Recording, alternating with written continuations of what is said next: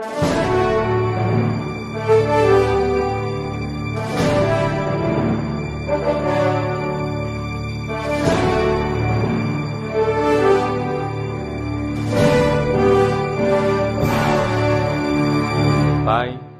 e do Filho, e do Espírito Santo. Amém. Inspirai, ó Senhor, as nossas ações, e ajudai-nos a realizá-las para que em vós comece e para vós termine tudo aquilo que fizermos por Cristo, Senhor nosso. Amém. Santa Maria, Mãe de Deus, rogai por nós. Em nome do Pai, e do Filho, e do Espírito Santo. Amém. Então, mais uma vez, boa noite a todos. Desculpem os pequenos problemas técnicos aí, se caiu na primeira tentativa de entrarmos no ar, não é? Mas vamos acertando as coisas aos poucos. Muito bem. Então, bem-vindos a vocês que são alunos do site padrepauloricardo.org, né? Uma grande alegria estarmos aqui em família, né? Somente nós que somos os assinantes, vocês que estão comprometidos com o site. Eu quero dirigir essa palavra a vocês de forma especial, vocês que estão aqui ao vivo, participando dessa aula. Deus lhes pague. Deus lhes pague mesmo, não é? Deus abençoe vocês por aquilo que vocês estão fazendo. E não somente isso, aqueles que também vão assistir essa aula depois, gravada, não é? Essa aula vai estar dentro do conteúdo pago do site, ou seja, essa aula pertence àqueles que são assinantes do site, né? Então aqui nós temos que privilegiar vocês que estão contribuindo, porque também é uma forma de nós sabermos a seriedade, né, das pessoas que estão engajadas, que querem realmente participar desse projeto formativo, não é? Nada do que nós vamos dizer aqui é secreto, não é questão de segredo, não é? Nós vamos simplesmente ensinar aquilo que é a doutrina da igreja, mas aquilo que nós queremos transmitir para vocês, queremos dar a vocês essa oportunidade de fazer perguntas, de tirar suas dúvidas. Esse final de semana, eu estive em São Paulo, participando de um congresso, né, pela vida e pela verdade, patrocinado e promovido pela Human Life International, e tive a ocasião de encontrar vários alunos do site lá em São Paulo. Foi até uma experiência interessante e daí surgiu uma ideia, não é, de nós promovermos, quem sabe, no futuro, um encontro nacional dos alunos do site padrepauloricardo.org, né? Podemos fazer aí em São Paulo, depois um encontro no Nordeste, depois um encontro em vários lugares, né? Vamos promovendo esses encontros onde eu posso estar presente, em contato com vocês, né? Quem sabe um encontro anual, né, em diversos lugares do Brasil, para a gente promover um pouco essa família que nós somos. Porque, de fato, existe uma das características típicas da amizade é a concórdia. Concórdia quer dizer isso, concorde, quer dizer com o coração no mesmo lugar. Então nós somos amigos porque temos essa concórdia, temos o coração no mesmo lugar, amamos as mesmas coisas, né? Queremos o bem da Igreja de Deus, queremos o crescimento da Igreja e a conversão das pessoas com a graça de Nosso Senhor. Muito bem, vamos então começar a nossa aula de hoje. O tema da aula de hoje é o inferno. E por que que nós vamos tratar desse tema? Bom, em primeiro lugar, eu queria promover, né, para vocês a leitura do livro O Inferno, Se Existe, O que é e Como Evitá-lo. Esse livro foi escrito por Monseigneur de Ségur, né?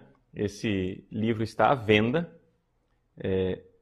O nome do autor é Louis Gaston Ségur. É um francês, como o próprio nome está dizendo, escreveu esse livro, não é, já há algum tempo, é do século passado, não, mais do que passado, do século retrasado, né? Do século de 1889. Mas a fé católica é sempre a mesma, e esse livro ele foi publicado pela editora Eclésia, é a mesma editora que publica os meus DVDs, né? É um livrinho bastante fácil de compreensão, portanto é um catecismo, poderíamos dizer assim, a respeito do inferno. São 130 páginas de fácil leitura, pequeno livro, à venda no site da editora Eclésia, não é? Eclésia, para quem não sabe como se soletra E-C-C-L-E-S-I-A-E. Então você digita lá, Eclésia, e então vai aparecer lá, editora Eclésia, vai estar à venda o livro do Monsenhor de Ségur. O que eu irei explicar hoje não é o conteúdo do livro em si, nós estamos planejando fazer uma palestra, né, a respeito desse livro, mas hoje eu só estou indicando como bibliografia, para que você adquira, né, para que você aprofunde o tema. O que eu vou expor para vocês hoje é um pouco noções básicas do catecismo e da teologia a respeito do inferno. E por que esse tema? Não é? Além do fato de que nós temos aí essa oportunidade de aprofundá-lo através do livro do Monsenhor de Ségur, nós temos também a realidade de que o tema do inferno é importantíssimo para a nossa conversão. E não somente. Se nós perdermos a fé na existência do inferno, na verdade, nós estamos aqui pondo em risco, não é, toda a nossa vida espiritual. A crer na existência do inferno é algo importantíssimo para a nossa vida espiritual enquanto tal, para a nossa própria salvação. É importante crer na existência do inferno. Eu tenho notado isso acompanhando a perdição, digamos, de algumas pessoas, né? Eu tive, infelizmente, a experiência triste, né, de ver alguns dos meus filhos espirituais, de pessoas que seguiam esse nosso caminho, que fazem parte dessa nossa família, se perderem, né? Se perderem, cair numa vida de pecado, cair numa vida devassa, e ir perdendo a fé católica, etc. E é interessante, o primeiro passo, a primeira coisa, o primeiro artigo de fé que caiu foi o inferno, né? Ou seja, a primeira coisa que a pessoa faz quando dá o primeiro passo no caminho da perdição é isso. Deus é amor, Deus é bondade, então Deus não condena ninguém. Ninguém vai para o inferno. Então, nessa crença de um Deus que não condena ninguém, o sujeito, então, cai, né, no precipício, cai no abismo, digamos assim, do pecado. E é assim que as coisas acontecem. As pessoas vão se perdendo dessa forma. E o que é pior, essas pessoas se tornam pessoas muito más, porque quem não crê na existência do inferno faz tudo, porque afinal Deus não vai condenar nada. Então, exatamente, eu vi essas pessoas creem nesse Deus bondoso, misericordioso, etc., etc., de repente se tornarem pessoas perversas, mas capazes de mentir, capazes de trair os outros, capazes de planejar todo tipo de malefício. Ou então caírem na vida sexual devassa, caírem na perdição, só viver agora no mundo, etc. Então Deus é bom, que beleza, Ele não condena ninguém. Enquanto isso, as pessoas se destroem. E não somente, destroem os outros. Então vejam que esse negócio de dizer o inferno não existe, aleluia, na verdade, conduz as pessoas à perdição.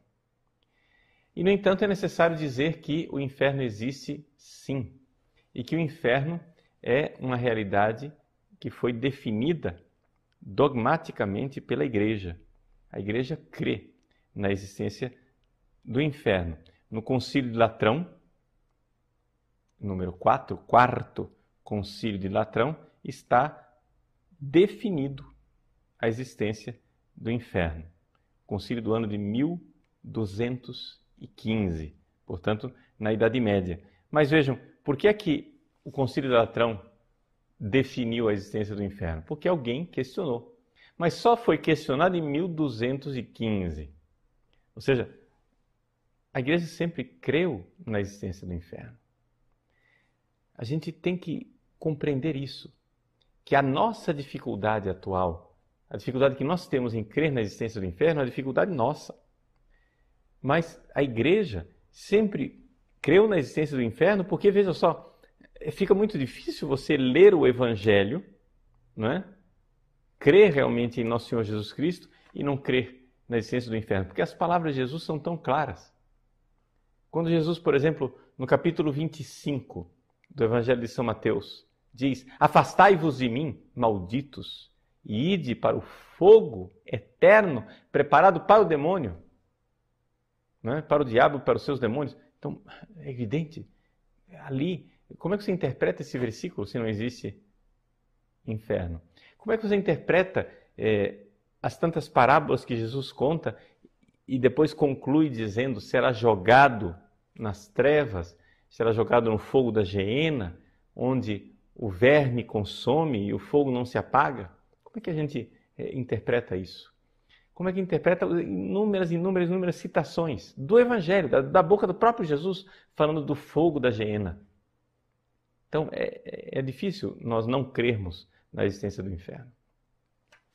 Mas por que é que as pessoas têm dificuldade de crer na existência do inferno? Por quê? Pelo seguinte: nós sabemos que Deus é amor, nós sabemos que Deus é bondade, nós sabemos que Deus é misericórdia. Como é que um Deus de misericórdia condena pessoas eternamente? Outro dia, eu fazendo uma pesquisa na internet a respeito desse tema do inferno, eu terminei num site de uma pessoa que argumentava contra a existência do inferno, dizendo assim: como pode, né? Até nós que somos pecadores, nos revoltamos diante da possibilidade de uma pessoa ser condenada eternamente a um castigo que não tem fim.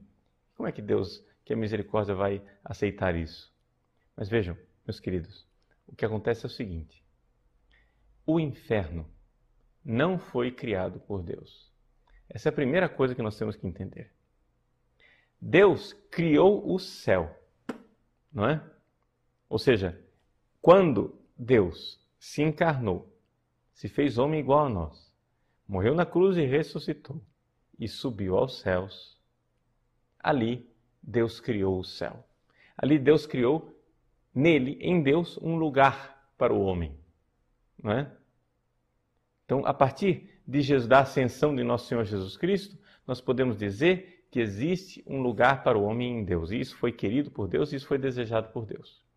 Agora, o que acontece é que existe a invenção do demônio.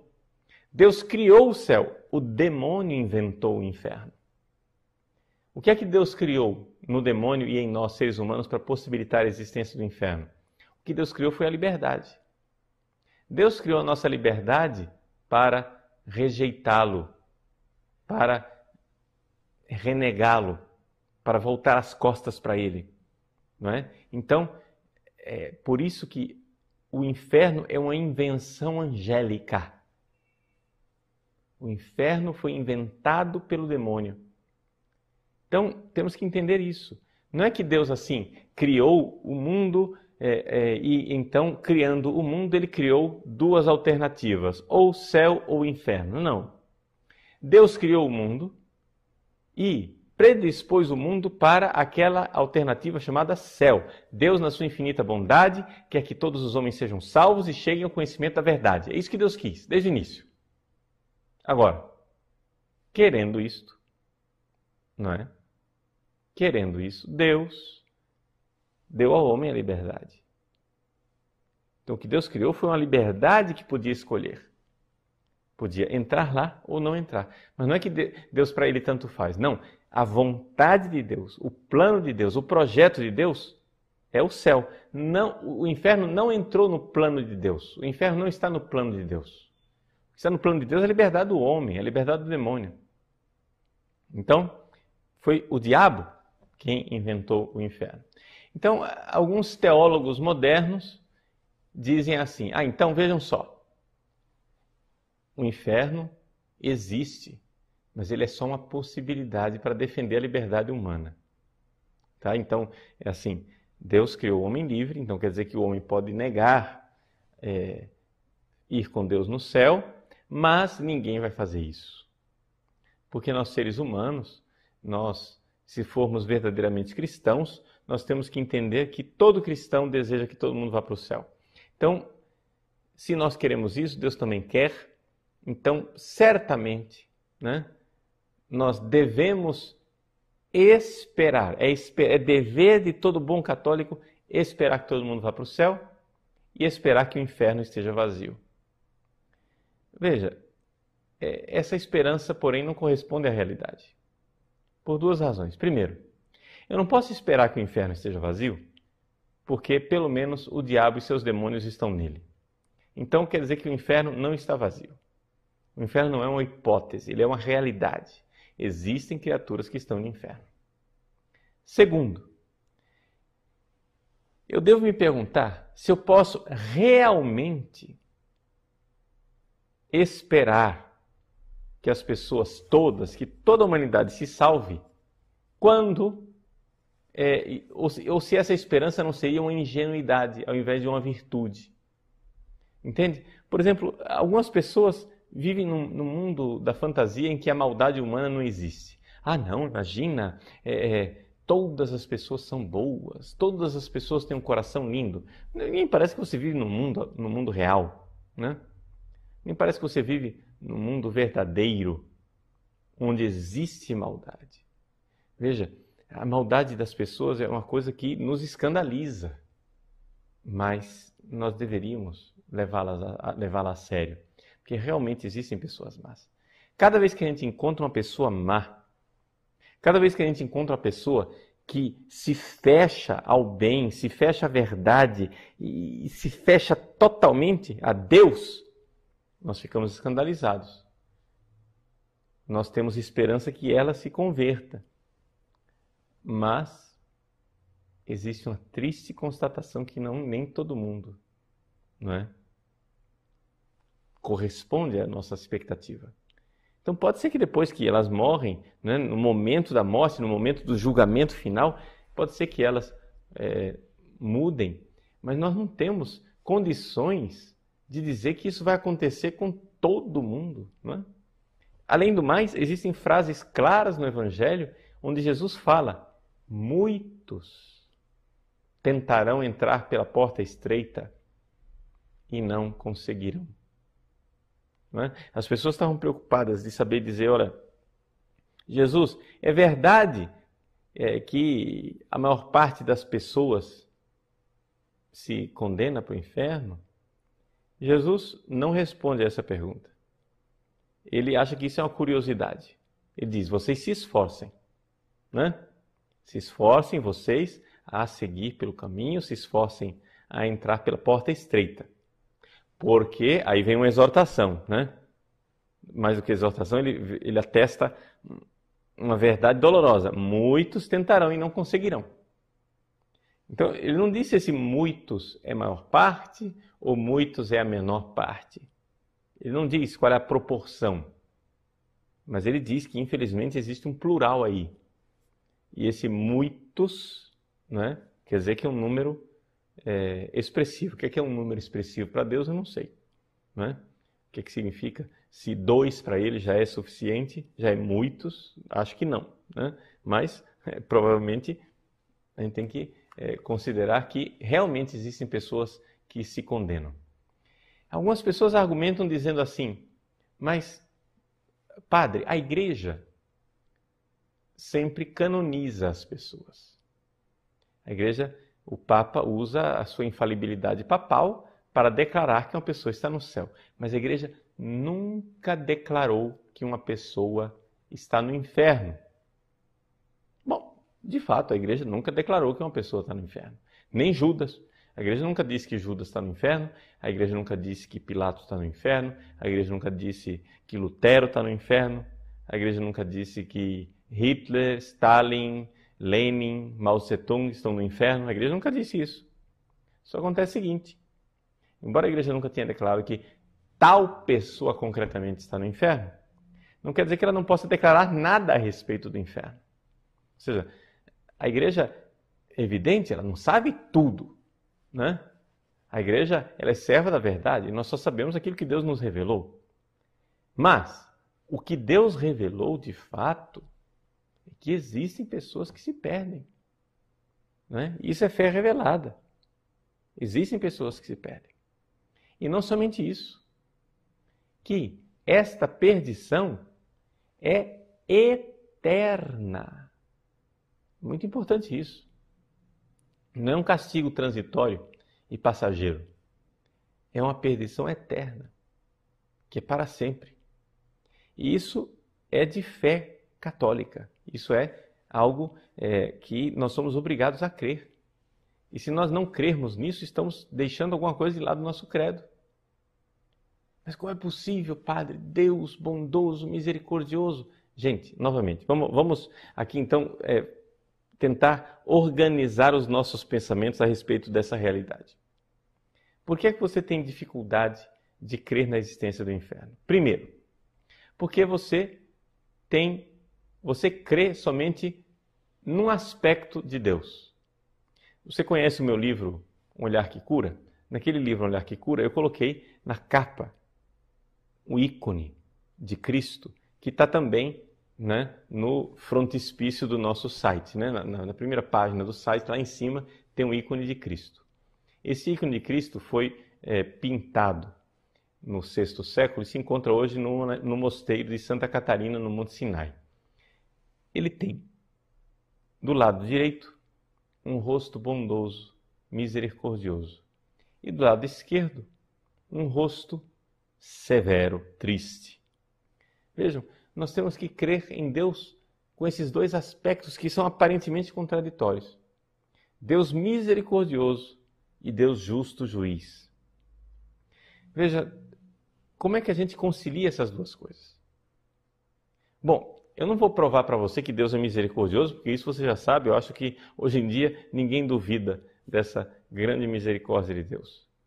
Mas vamos nos lembrar que no nosso credo nós dissemos assim, que nós cremos em Deus, cremos em Jesus Cristo, né? E que Ele, Jesus, depois de ter subido aos céus, de novo há de vir em sua glória para julgar os vivos e os mortos.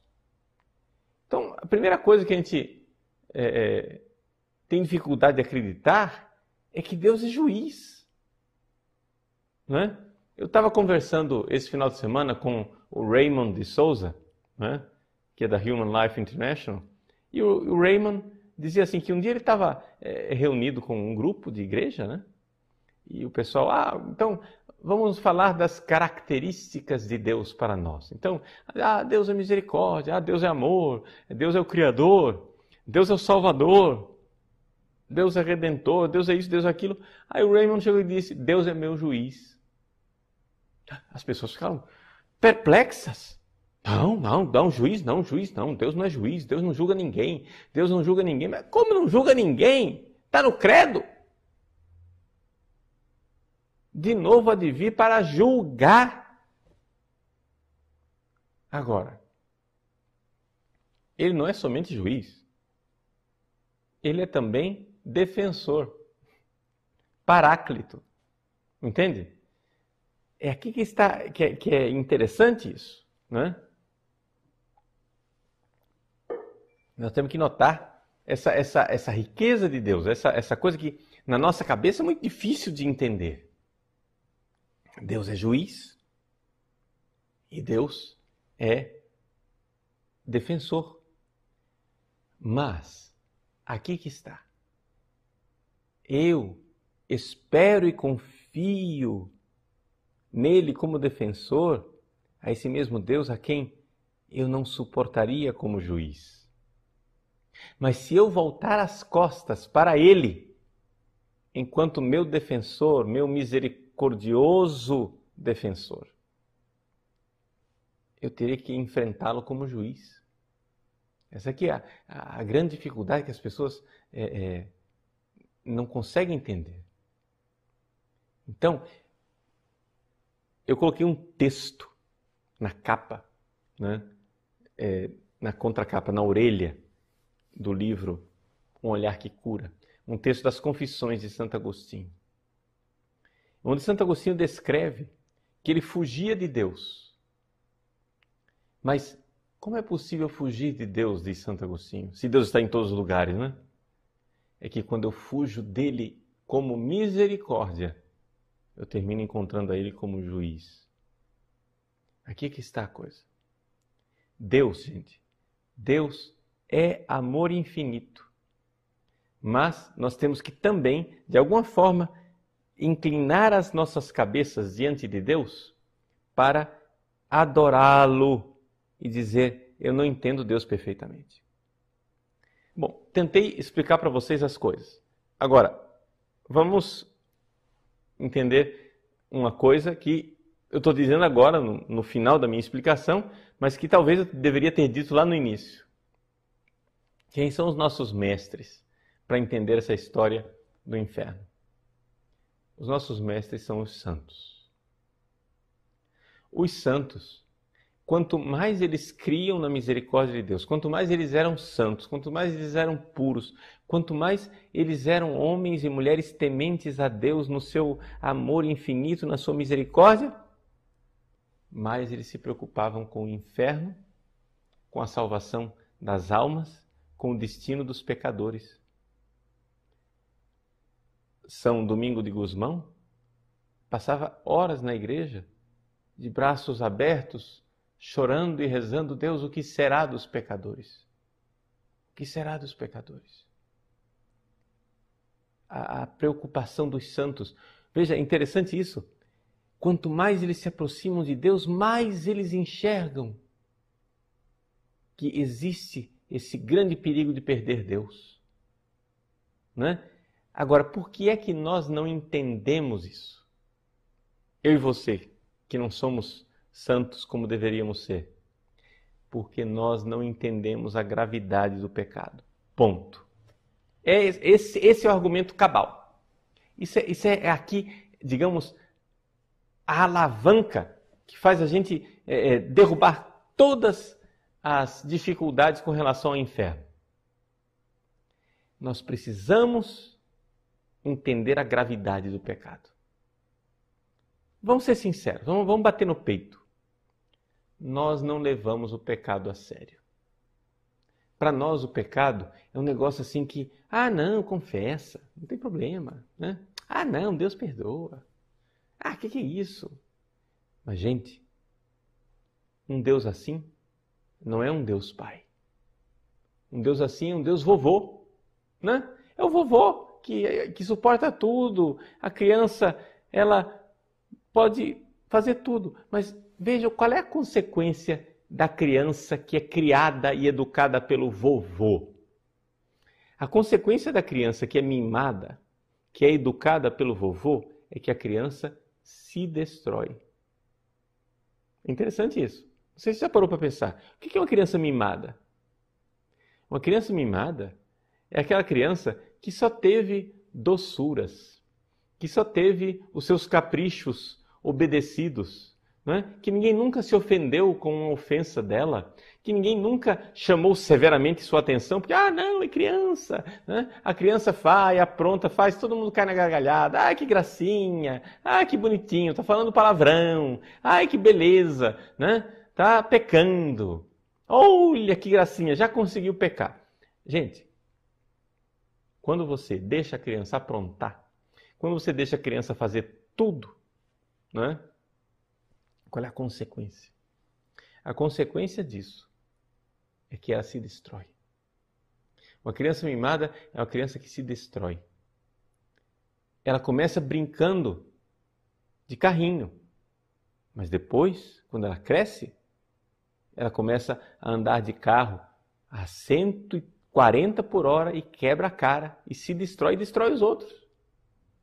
Ela começa brincando de roubar docinhos na geladeira. Não, rouba o docinho na geladeira, não tem problema. Depois, ela trapaceia para conseguir cocaína. Está entendendo? Uma criança que nunca é contrariada é uma criança que se destrói. Então vejam, esse Deus vovô, não é? não é misericórdia nenhuma para com as pessoas. Um Deus vovô é um Deus que destrói a humanidade. Esse Deus que é pura misericórdia, mas não tem nenhuma justiça, não é algo bom para nós. Então, Deus é sim infinita misericórdia, não tenho dúvida disso. Eu não tenho dúvida. Mas Deus é majestade, Deus é juiz, não é? Deus é tudo isso. E os santos nos dizem isso. Os santos sentem horror diante de um pecado. Se nós não, quando vemos um pecado, não sentimos horror diante do pecado, é porque somos desgraçadamente, a palavra é correta, hein? Desgraçadamente quer dizer sem a graça. Nós somos desgraçadamente não santos. Desgraçadamente habituados ao pecado. O pecado se tornou corriqueiro, se tornou nosso companheiro. Se tornou nosso projeto de vida. Então, se nós fôssemos mais santos, nós veríamos muito mais a gravidade do pecado. Se nós fôssemos mais santos, nós veríamos muito mais o quanto isto nos destrói e por que nos destrói, ofende a Deus que nos ama muito. Última comparação para concluirmos e darmos um intervalo para você poder fazer suas perguntas. Uma comparação que você já me viu usar várias vezes, mas ela é importante. Uma mãe que tem um filho drogado. Essa mãe, ela é ofendida por esse filho drogado. Ou seja, o fato de o filho se destruir dilacera o coração da mãe. Abre uma ferida profunda no coração da mãe. E que esse filho que se destrói faça pouco caso do sofrimento da sua mãe, só mostra o quanto ele se tornou insano.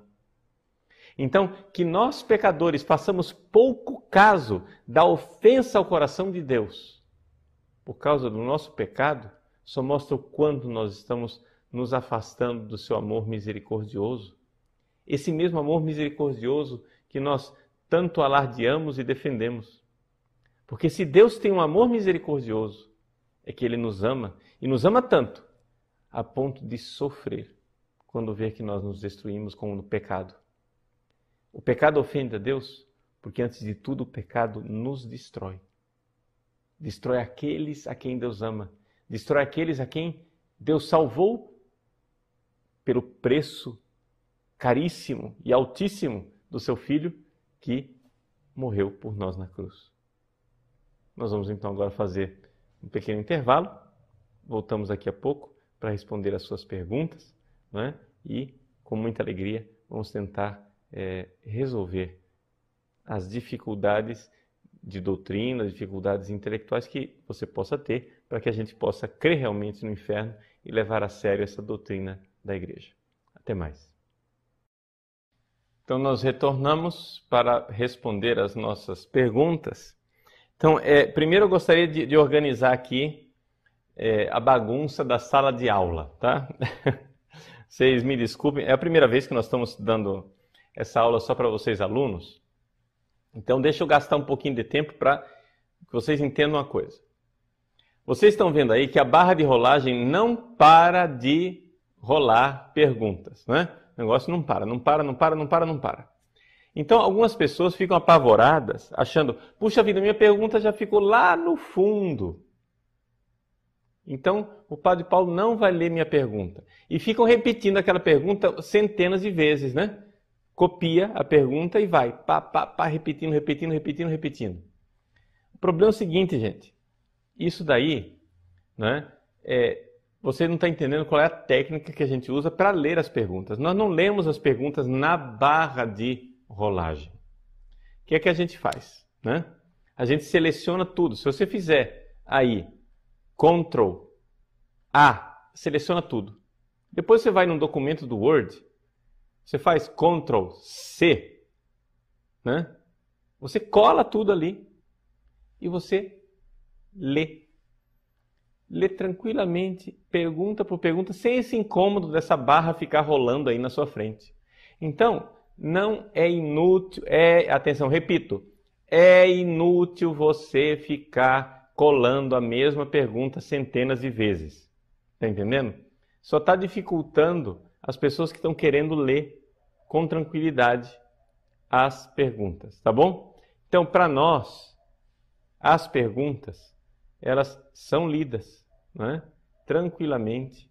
Agora no intervalo, eu tive lá 7 páginas, né, de perguntas que eu fui lendo as perguntas e selecionando algumas perguntas para responder. Infelizmente não dá para responder todas, é evidente, vocês compreendem isso, não é?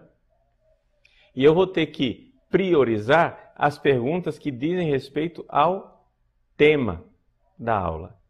Tem algumas pessoas que estão com dificuldades específicas. Olha, eu estou com tal dúvida moral, etc, etc. Veja, eu vou ter que priorizar o tema da aula.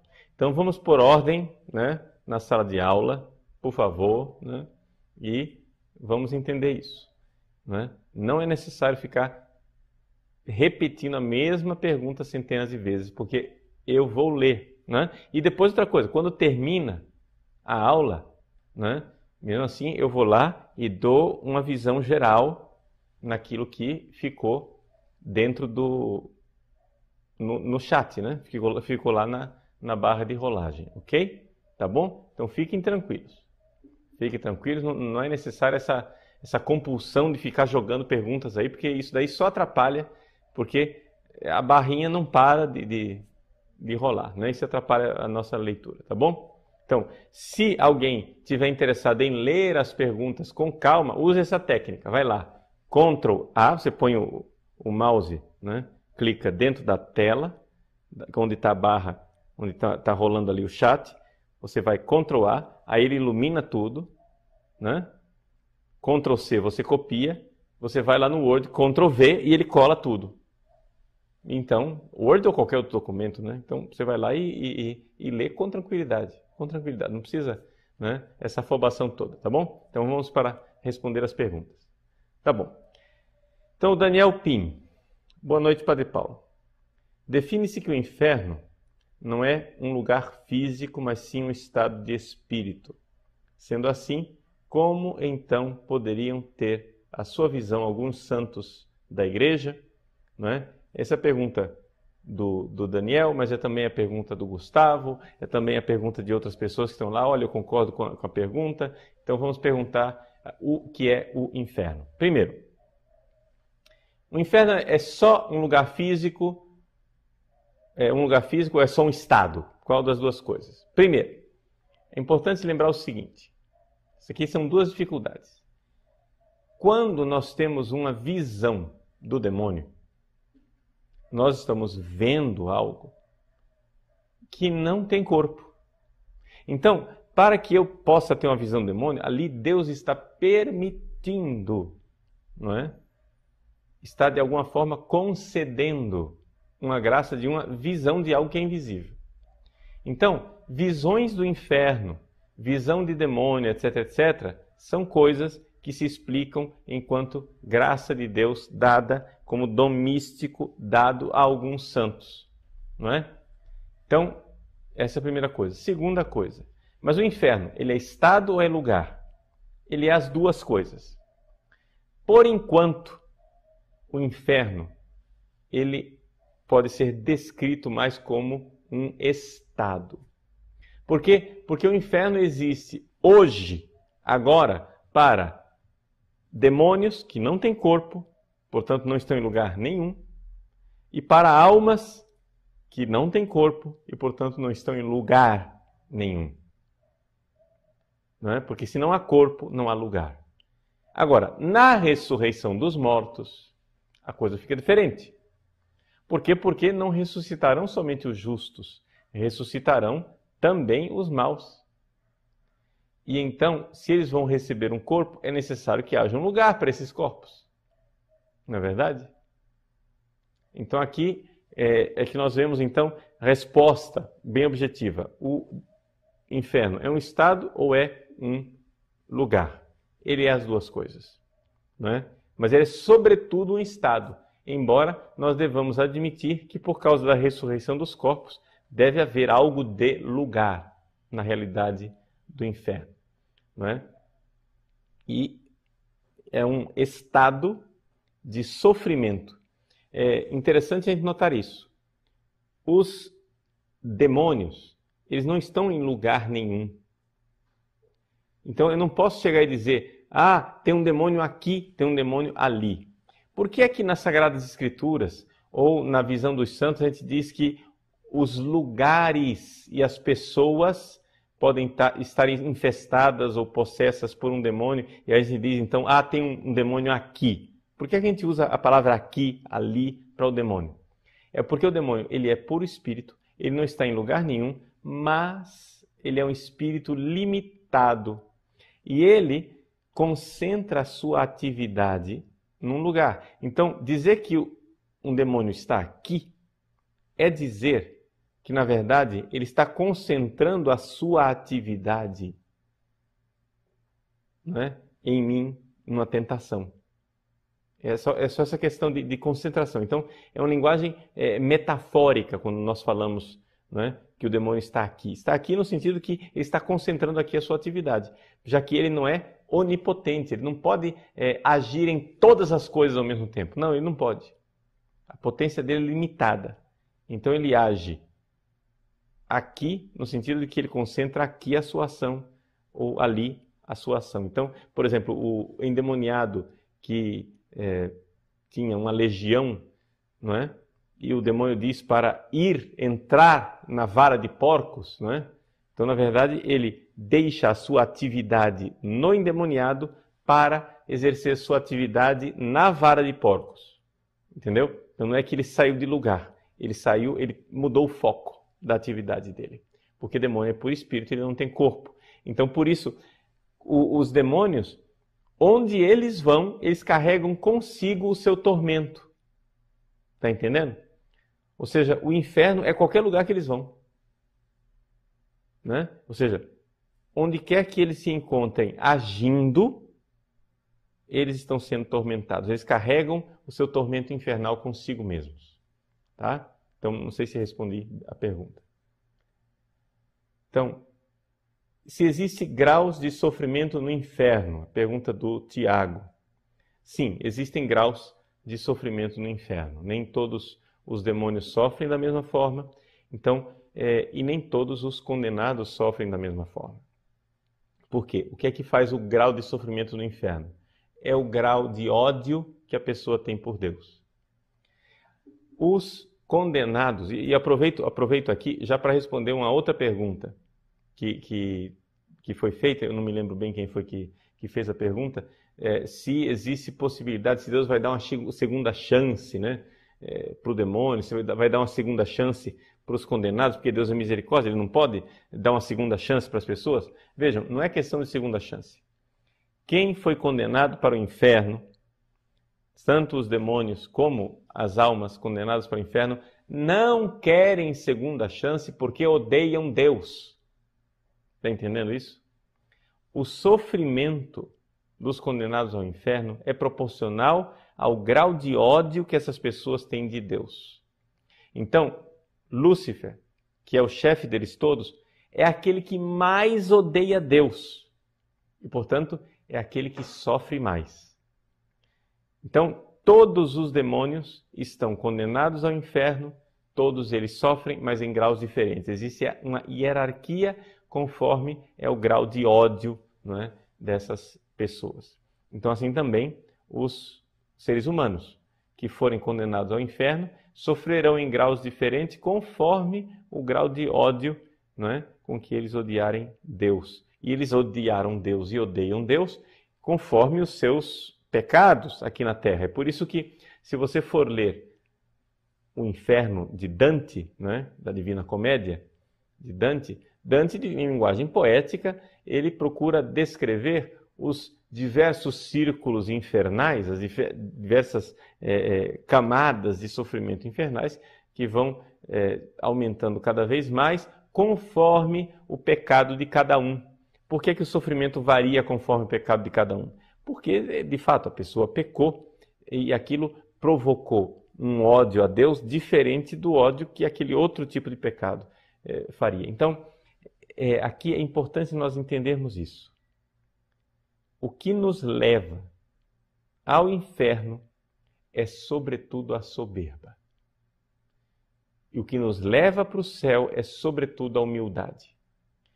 Então, a humildade de pedir sempre perdão a Deus, quaisquer que sejam os meus pecados, isso me abrirá as portas do céu, né? Provavelmente, se eu não tiver expiado as minhas penas temporais, provavelmente através do purgatório. É importante lembrar também uma coisa aqui, né? As pessoas às vezes confundem. Quando eu morro, né? Eu sou julgado. Esse julgamento significa que ali existe uma decisão. Deus é meu juiz, Deus é o meu advogado, meu intercessor, aquele que me protege. Então acontece aquele momento de decisão em que eu ou me ponho diante do juiz num total e humilde pedido de misericórdia, e então posso ser salvo, ou eu me revolto contra o meu misericordioso juiz, e então o odeio, e por isso vou para o inferno. Essas são as duas opções. Ou salvação, ou perdição, eternas. Só que para chegar para a salvação, existem duas possibilidades. Ou você vai direto para o céu, ou você antes passa no purgatório para se purificar. Então é importante notar que o purgatório ele não é um estado intermediário entre o céu e o inferno. Nada disso. Existe um abismo.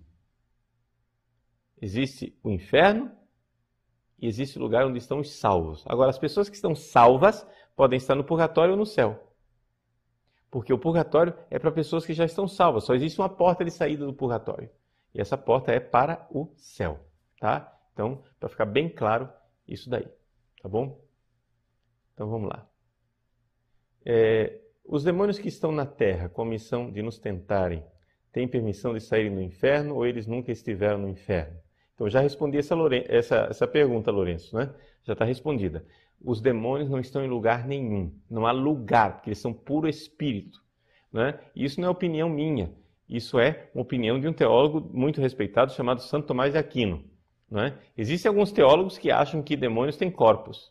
Não é a minha opinião. Eu fico, nesse sentido, eu sou completamente tomista. Eu acho que o demônio é puro espírito, o demônio não tem lugar. Então, ele não sai do inferno nem entra no inferno. Porque o inferno, para o demônio, não é lugar. Para o demônio não tem lugar. O demônio ele tem simplesmente esse estado de sofrimento que ele leva onde quer que ele vá. Ok?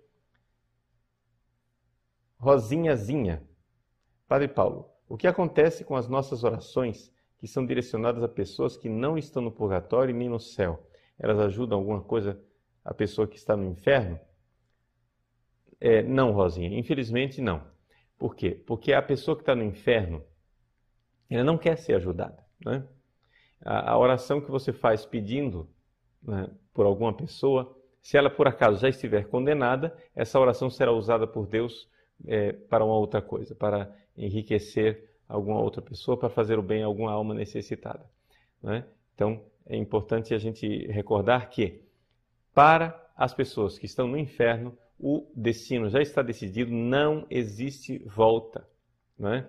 Não existe essa consolação. Lembre aquela parábola do Lázaro, né? Onde o rico pede, pai Abraão, deixa que Lázaro molhe a ponta do dedo para dar uma consolação para a minha língua que está tão seca. Né? Então, não existe. Isso é negado, não existe. Quem está no inferno se condenou. É importante lembrar isso, gente.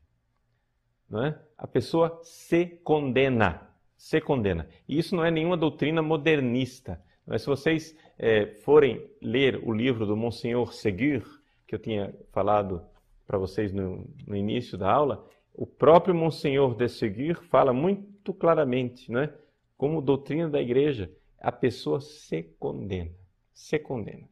Porque é a pessoa que não quer ir para o céu. A pessoa não quer Deus, a pessoa odeia Deus. Isso pode parecer incrível e impossível, mas a soberba leva a isso. Né? A soberba leva a isso. Muito bom. Henrique, padre, uma pessoa pode se arrepender no último minuto de sua vida e ser salvo, mesmo levando uma vida toda de pecado e de maldades? Sim, Henrique, uma pessoa pode, né, fazer isso. Agora, veja, nós não podemos ficar agora contando com isso, né? Existe a possibilidade hipotética, sim, né? Mas nós devemos levar essa vida a sério, né? Precisamos levá-la a sério. E com relação a levar a vida a sério, algumas pessoas perguntaram: padre, o pessoal da Teologia de Libertação acredita na existência do inferno? A resposta é: depende, né? Depende do teólogo, depende do livro, depende da ocasião, né? Por exemplo, nós temos várias afirmações de Leonardo Boff, né? Do próprio Leonardo Boff falando da existência do inferno. Eu fiquei até surpreso, encontrei essas citações, porque para mim, eu na minha ignorância achava que o Leonardo Boff sempre negou a existência do inferno, porque eu li algumas afirmações dele que iam nesse sentido, mas eram afirmações recentes. Existem afirmações mais antigas que estão citadas aqui nesse livro de escatologia. Esse livro de escatologia é do padre José Antônio Sayes. Sayes se escreve S-A-Y-E-S. José Antônio Sayes, em espanhol. Ele cita, né, o Leonardo Boff várias vezes. Veja só essa frase do Leonardo Boff. Ele diz assim: quem nega o inferno não nega Deus e nem a sua justiça, nega o homem e não leva o homem a sério. Veja só, o próprio Leonardo Boff dizendo isso, né? Parece que ele mudou de opinião ultimamente. Mas tem uma outra citação do Leonardo Boff, né? Eu não sei o livro, qual seria o livro original em português, eu teria que fazer uma pesquisazinha, mas aqui o padre Sayes, ele cita a tradução espanhola. O livro chama-se Hablemos de la Otra Vida, né? Falemos da outra vida em espanhol. Então, não sei qual dos livros do Boff seria esse, porque às vezes na tradução eles mudam de nome. Então teria que fazer uma pequena pesquisa antes de afirmar. Mas veja essa citação do Boff, que interessante. Se eu pudesse, diz Leonardo Boff, eu anunciaria essa novidade. O inferno é uma invenção dos padres para manter o povo submetido a eles. É um instrumento de terror que foi inventado pelas religiões para garantir os seus privilégios e as suas situações de poder. Se eu pudesse, eu anunciaria e certamente significaria uma libertação para toda a humanidade. Porém, não posso, diz Leonardo Boff, porque ninguém pode negar o mal, a malícia, a má vontade, o crime calculado e pretendido e a liberdade humana. Porque existe isso, existe também o inferno, que, como dizia o padre Congar, não é o inferno do diabo com chifres, criado pela fantasia religiosa, pintado e descrito por pregadores fervorosos e que estremeceram e atemorizaram milhões de pessoas. Não, mas sim o inferno criado pelo próprio condenado. Veja, que interessantíssimas essas frases de Leonardo Boff, que eu não tenho nenhuma dúvida, né, que eu assinaria embaixo dessas frases aqui. Então, para vocês verem, a pergunta se a teologia de libertação crê na existência do inferno depende, né? Depende do autor, depende da fase do autor, depende...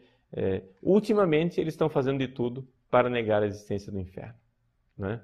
Estão fazendo de tudo para fazer com que as pessoas não vivam temendo a Deus. Por quê? Porque houve qual é a finalidade deles? É mudar a ética, não é? Então, a pessoa, ao invés de ela ficar agora temendo a Deus, ela tem que ficar temendo a hegemonia cultural, né, do pessoal que faz o patrulhamento ideológico. Então, você tem que temer a opinião pública, já que agora eles dominam a opinião pública, né? Então, é isso que você tem que temer. Tem que ter medo de ficar feio na foto. Não tem que temer a Deus, né? Muito bem. Débora Sena. Ela pergunta o seguinte: os bons ateus vão para o inferno? Bom, veja só, Débora.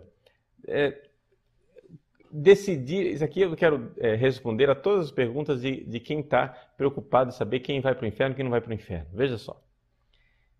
Não são simplesmente atos que nos levam para o inferno, não é? Mas pecados. Então, você faz uma coisa, mas para aquilo ser pecado, e pecado grave, e te levar para o inferno, você tem que saber que é pecado e querer pecar com plena liberdade. Então você precisa, digamos assim, ter uma história de amor com o pecado que te leva a realmente odiar a ordem querida por Deus. Quando uma pessoa vive o drama de pecar e ao mesmo tempo se humilha e todos os dias pede perdão a Deus, não é? Ela está indo no caminho de Deus. Veja, o pecador que todos os dias se humilha diante de Deus, com sinceridade, ele pode ser salvo. O que dizer então do ateu, que acha que Deus não existe e que renega a Deus? Todo ateu vai para o inferno? Veja, nós temos que, aqui é difícil julgar as pessoas. Esse juiz é Deus, nós não somos juiz das pessoas. Eu não posso dizer quem vai para o inferno. Por quê? O ateísmo é um pecado grave? É claro que é um pecado grave. Mas, essa pessoa que nega a Deus de verdade, o Deus verdadeiro, ou nega uma caricatura de Deus que lhe foi apresentada? Não é? Porque, por exemplo, tem muita gente que nega a existência do inferno porque pintaram para ela um inferno que é o quê? Que é o diabo com um caldeirão, colocando lenha debaixo do caldeirão, e o diabo com chifres e com um rabo, etc e tal, vai fazendo aquilo lá. Se o inferno é isso, então fica muito difícil a gente crer na existência do inferno. O inferno não é isto, né? Isso daqui é linguagem metafórica, é linguagem de visões, pessoas que tiveram visões, etc. Mas o inferno não é fotografável, não é? O inferno não é visível. Quando os videntes de Fátima viram o inferno, não é? O que é que eles viram? Eles tiveram uma visão do inferno. Mas não quer dizer que eles foram lá e viram o inferno. Não, nada disso. É que Deus revelou a eles quão terrível é o inferno através daquela visão. Entendeu? Para que aquelas crianças tivessem noção o quão terrível era o inferno. Está entendendo? Mas não significa que elas viram o inferno. Não, Deus concedeu a elas um carisma, uma visão, uma revelação da tragédia que é o inferno. Mas não quer dizer que o inferno seja visível. Então, as pessoas ficam perguntando, mas eu devo acreditar na visão do inferno de Fátima? Sim, deve acreditar, mas deve acreditar no conteúdo que está lá, né? Que está expresso de alguma forma. Mas aquela expressão visual não é necessariamente o que realmente é o inferno. Aquela expressão visual ela quer dizer, ou seja, vamos ser objetivos. O inferno é muito pior do que aquilo que aqueles 3 meninos viram em Fátima. Dá para entender? O que eles viram foi o que Deus concedeu a eles de ver. Quando eu digo que o inferno não é caldeirão, não é diabo, não é isso, não é aquilo, o inferno não é exatamente como os 3 videntes de Fátima viram, eu não estou aqui querendo minimizar o inferno. Não. O que eu estou querendo dizer para vocês é que o inferno é muito pior do que isso. Porque nós não fazemos noção do que seja o inferno. Né? É terrível. Se eles tivessem realmente visto o inferno, digamos assim, sem nenhum filtro de Deus para protegê-los, eles teriam se perdido completamente. Teriam sido, digamos assim, como que arrastados, sugados por aquela maldade, Você está entendendo? Então, claro, Deus concedeu a eles ver algo do inferno. Já foi suficiente, né? Para eles experimentarem o terror daquilo. Então, respondendo bem objetivamente a pergunta da Débora. Ateu vai para o inferno? Sim, ateu vai para o inferno. Agora, todos os ateus vão para o inferno? Não, depende. O que esse ateu negou era Deus verdadeiro? O que ele negou foi uma farsa de Deus que colocaram na cabeça dele. Ele tem culpa de ser ateu. Você está entendendo? Ele tem culpa de ser ateu. Então, é difícil nós julgarmos pessoas concretas. Agora, é claro, o ateísmo é uma situação grave que nós todos devemos, da qual nós todos devemos fugir, não tem dúvida nenhuma. Filipos, padre, ainda não fiz o catecismo. Até lá posso ser perdoado diretamente pela oração e arrependimento? Por ainda não ter acesso aos sacramentos, posso ser condenado ao inferno? Tá, veja só, Filipos, é o seguinte. Você pode se confessar. Se você, não fiz o catecismo, não tem necessidade. Pegue um exame de consciência, não é? Faça o exame de consciência, anote seus pecados, os pecados mais graves que você tem em lembrança. Procure um sacerdote e diga, seu padre, é a primeira vez que eu vou me confessar. Vou me confessar. Se você, pelo jeito você está escrevendo aí na internet, eu suponho que você tem mais de 7 anos de idade, né? Então, se você tem mais de 7 anos de idade, você já pode se confessar. Não somente você pode se confessar, você deve se confessar.